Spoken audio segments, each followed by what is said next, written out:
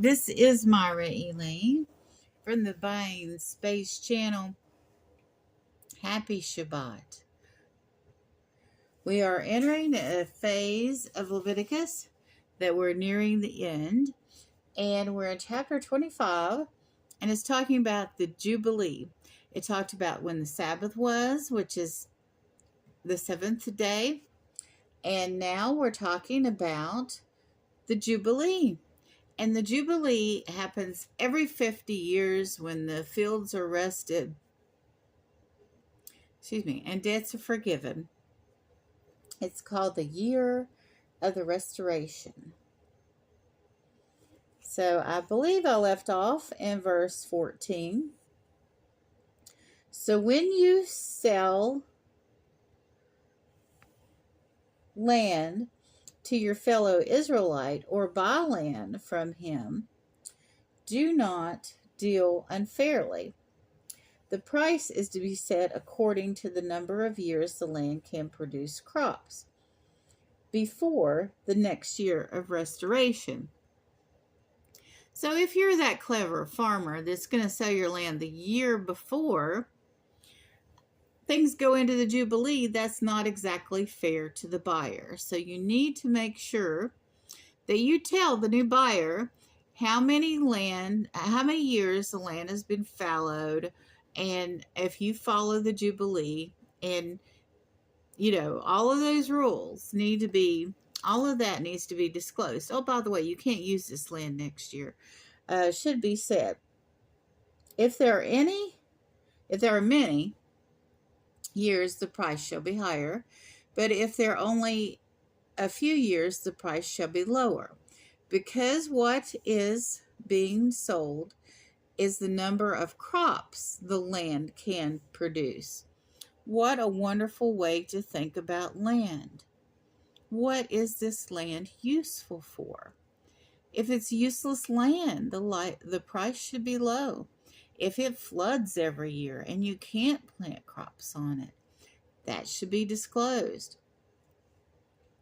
Do not cheat your fellow Israelite, but obey the Lord your God. Obey all the Lord's laws and commands so that you may live in safety in the land. The land will produce its crops, and you shall have all you want to eat and live in safety. But someone may ask what there will be to eat during the seventh year, with no fields are planted and no crops gathered. The Lord will bless the land in the sixth year, so it will produce enough food for 2 years. When you plant your fields in the 8th year, you will be eating what you have harvested during the 6th year. You will have enough to eat until your crops you plant that year are harvested. Now, this sounds very familiar. When Israel was going across the wilderness, the people complained they didn't have water, and Moses struck the rock and water came out. And they had an oasis that had bittersweet water in it. It was called Mara, which means bittersweet. That pool, the trees fell in it a certain way, and there were certain trees, and God sweetened up that water. And then the people didn't have food, and God provided quail and manna. And the rules for the manna were that you had to honor the Sabbath with your gathering of manna.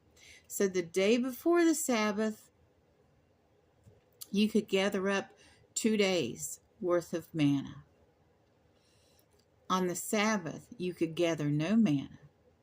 And on every other day, besides the day before the Sabbath, you couldn't gather up any extra.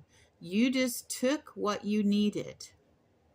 And these rules are mimicking this to honor the Sabbath, which the Sabbath mirrors the creation, because God created heaven and the earth for 6 days, and on the 7th day, he rested.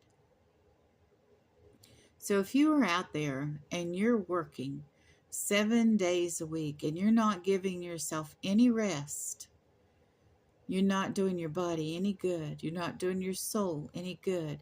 You need time of restoration weekly, and sometimes you need it for a year. Crops, when they're planted every year, they deplete the soil. And then you could no longer have any crops because the soil has no nutrition. It's not recovered. Sometimes in life, we have to take a time of recovery. I'm in recovery right now from a hospital stay. I'm in recovery right now from an eye surgery. I'm in recovery right now because I will be having a root canal soon.